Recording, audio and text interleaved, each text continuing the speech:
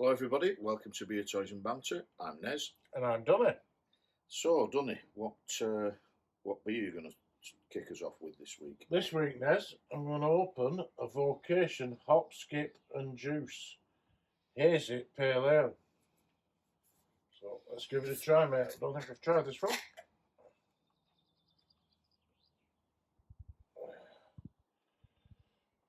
Quite unusual for Vocation to have a name like Hop, Skip and Juice. They're normally two words, aren't they? Bread and butter, life or death. Yeah. Look at that colour. How nice is that?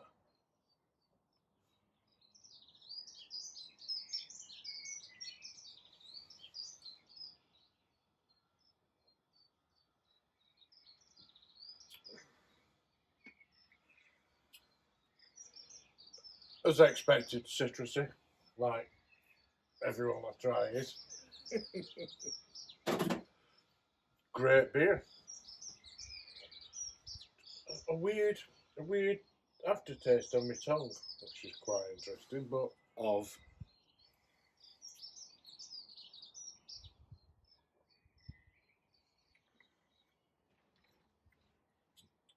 I don't know. But it's excellent review, mate. Well, I'm going to have a crack at this, mate. Broken Dream Breakfast Stout. Now, I like a stout, don't get me wrong, but I can't see me having this with my breakfast.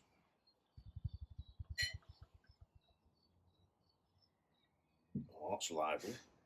very lively. Straight from the bottle. Lively.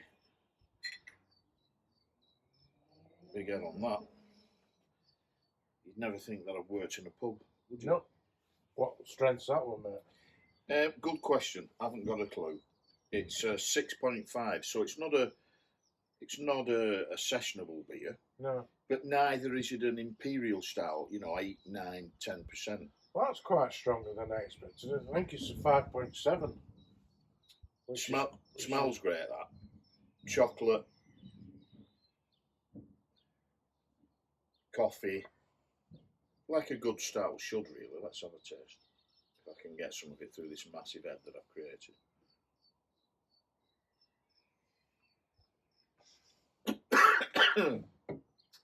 Good then. It's because of the froth on it. Let me see if I can get some. That's a really nice beer, that. Can't work out what that aftertaste is, but it finishes it off really well. This is definitely chocolatey, coffee, but also there's oats in there. I can taste oats. Yeah.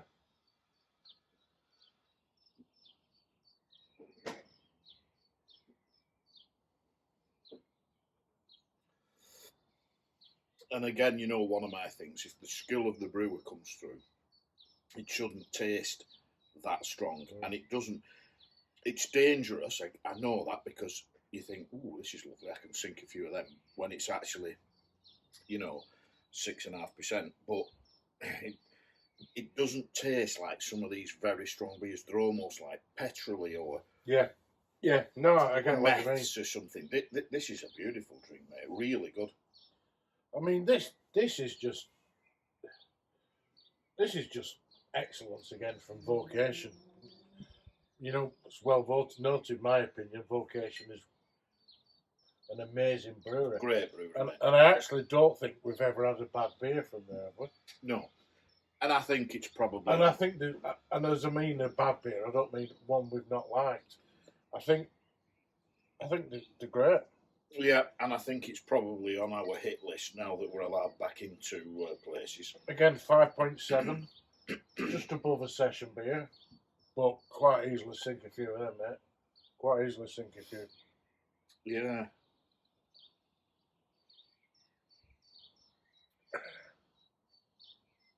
It's just great. Nice summer's day, just sat outside, talking a lot of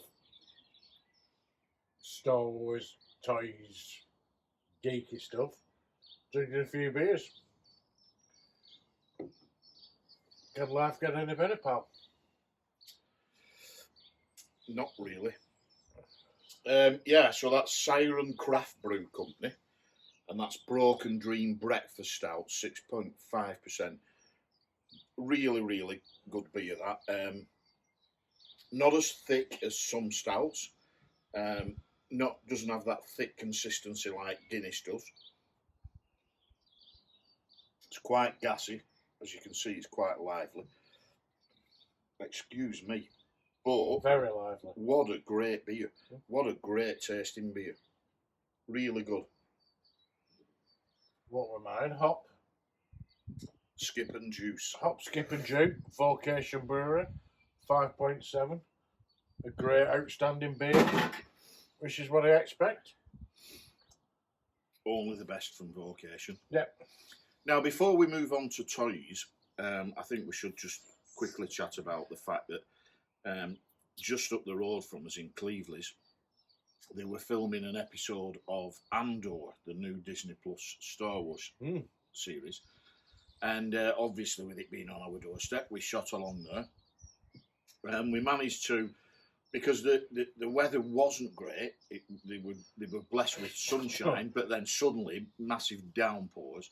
But apparently they got what they wanted to get, and it looked as though they were filming some sort of holiday resort. There were little holiday cabins, and the extras were made up to look suntanned and sunburnt. Yeah, it was like a market, because obviously the market stalls were there, weren't you? You could see Diego buying stuff.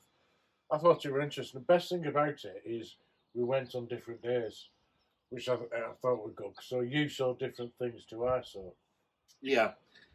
I mean, when I was there, they were filming a sequence where some of these people jumped over the railings, now whether down onto a lower prom or down onto the beach, I'm not sure, because you couldn't see from our viewpoint. And then a shore trooper jumped over and ran after them. And we managed to catch some of that footage, and I managed to get a fairly decent shot. Here it is, done it, of the shore trooper. And Nice. And I think that's just about all we saw. I mean, you and I went on the same day earlier, but that was before they were filming. That when we were setting up, though, weren't it? You couldn't really see anything there. No, we got a couple of photos of the set and things like that. But then when you were there the following day, you'd kind of figured out where Diego Luna was staying, and you managed to get this really good shot of him coming out of his house. Yeah. I mean, we were pretty lucky. We found out where in between filming he was staying, so we weren't there. And to be honest, you know, it was really nice. Come out, pleasant, absolutely fine. You know, great. Just got in car, straight to where they were filming. Fine, great. It's interesting. Like I said, it showed. We couldn't really see much because it was covered up, but it were obviously going to the market stalls and buying some things. And no, it was good, interesting. I'm glad I went. Yeah, I mean, I didn't. Do you know what? I didn't realise how lucky I'd been until Matt Booker, who I was speaking to over Messenger, said to me, "You know what? You have experienced something that 99.9% of Star Wars fans don't get to experience. You have seen Star Wars being filmed." Yeah. And it kind of hit me like, bang, yeah, wow. Well, that's a real it's one big of them, deal. You know, the second day I weren't going to go over, and when Gary Brierley messaged me and said, like, we started to film in the second location, I'm thinking, I'll regret it if I don't go over. So I went over. Like I said, luckily got some nice shots. Yeah, I thought it were all in all a very interesting experience. Even though, you know, at one point I was over there with Sue and we both got absolutely drenched. It was wet. But all in all, a really good experience, mate. Really good experience. I love that cafe they do. I mean, come on, if you were that cafe owner, I'd have been out there where they painted old symbols on it. I'd have been out there taking photographs of all that and having it put back. As soon as it's done, put it back. Yeah. But no, it was great. And it was good to see it out of London. It was good to see it up here, up at the north. Yeah, superb, mate. Right, toys. So, well, we have both been watching the Bad Batch. And so it had to be Bad Batch Toys this week. It had to be our local Smiths. Bad Batch episode. Our local Smiths had a couple of the Bad Batch in, so we went down there and got them. So, Dunny, what are you going to talk about? I'm opening Crosshair, 6-inch Black Series. And in a second, I'll be opening Hunter. Nice.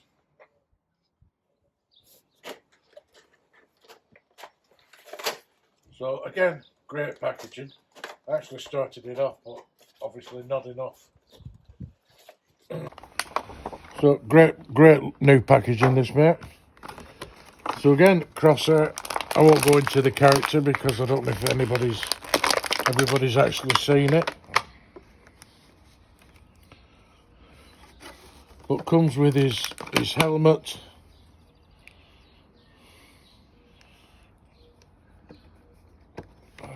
Nice. Comes with his large sniper rifle. His small pistol.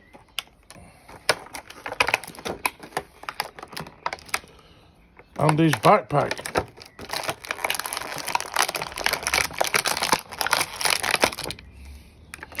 So his backpack just slips on. It should be... Look at that, it's even idiot proof. No. It's got a shape. We'll find out. It's got a shape, mate. Like I said, it comes with his pistol.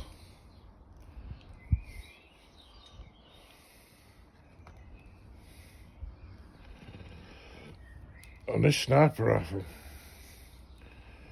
Really, really nice figure. From what I think is going to be a really interesting character. See if I can get this in there. And what are your thoughts about the Bad Batch so far after 3 episodes? In a non-spoilery way, of course. Because I've not watched the end of Clone Wars, I didn't really know who they were. I'm enjoying it. I got very bored. I'll put that on after. I got very bored of the clones. I'm not, as you know, I'm not a big clone fan. I just think these guys have got more character. But really, really nice figure. He's got the crosshairs on his eye, across his eye. I mean, that photo reality is just incredible, isn't it? Well, it would be if they were actual real people, because I don't know how they do photo reality for cartoon series. But No, I know what understand. You understand yeah, what the facial features are spot on. So that's mine. That is Crosshair from Bad Batch. Well, nice figure, done it. But I'm going to have a look at Hunter now. Great character in the series. They were quite quick to get these out. I mean, fair enough. They were in the Clone Wars. But why have they not done Echo? Echo exists as a Black Series ARC Trooper, but not yet as the way he appears in Bad Batch. I'm being very careful about being non-spoilery for people who haven't seen how he becomes, how he is in the Bad Batch, including me. But yeah, lovely figure, comes with some great accessories. Let's have a closer look. So let's pop him out of his packaging. There he is, Hunter. Great face sculpt. Got all the, I don't know whether it's paint or tattoos that he has on his face in the show. Little skull on his bandana. He's got to have been based on Rambo, hasn't he? He looks exactly like Sylvester Stallone.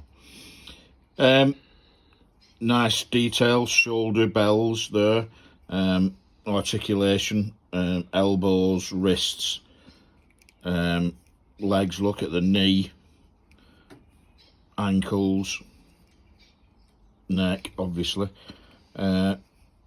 Cracking little figure. I'd be very interested to see how many actual parts they've made. I mean, are they the same legs? They look like it to me.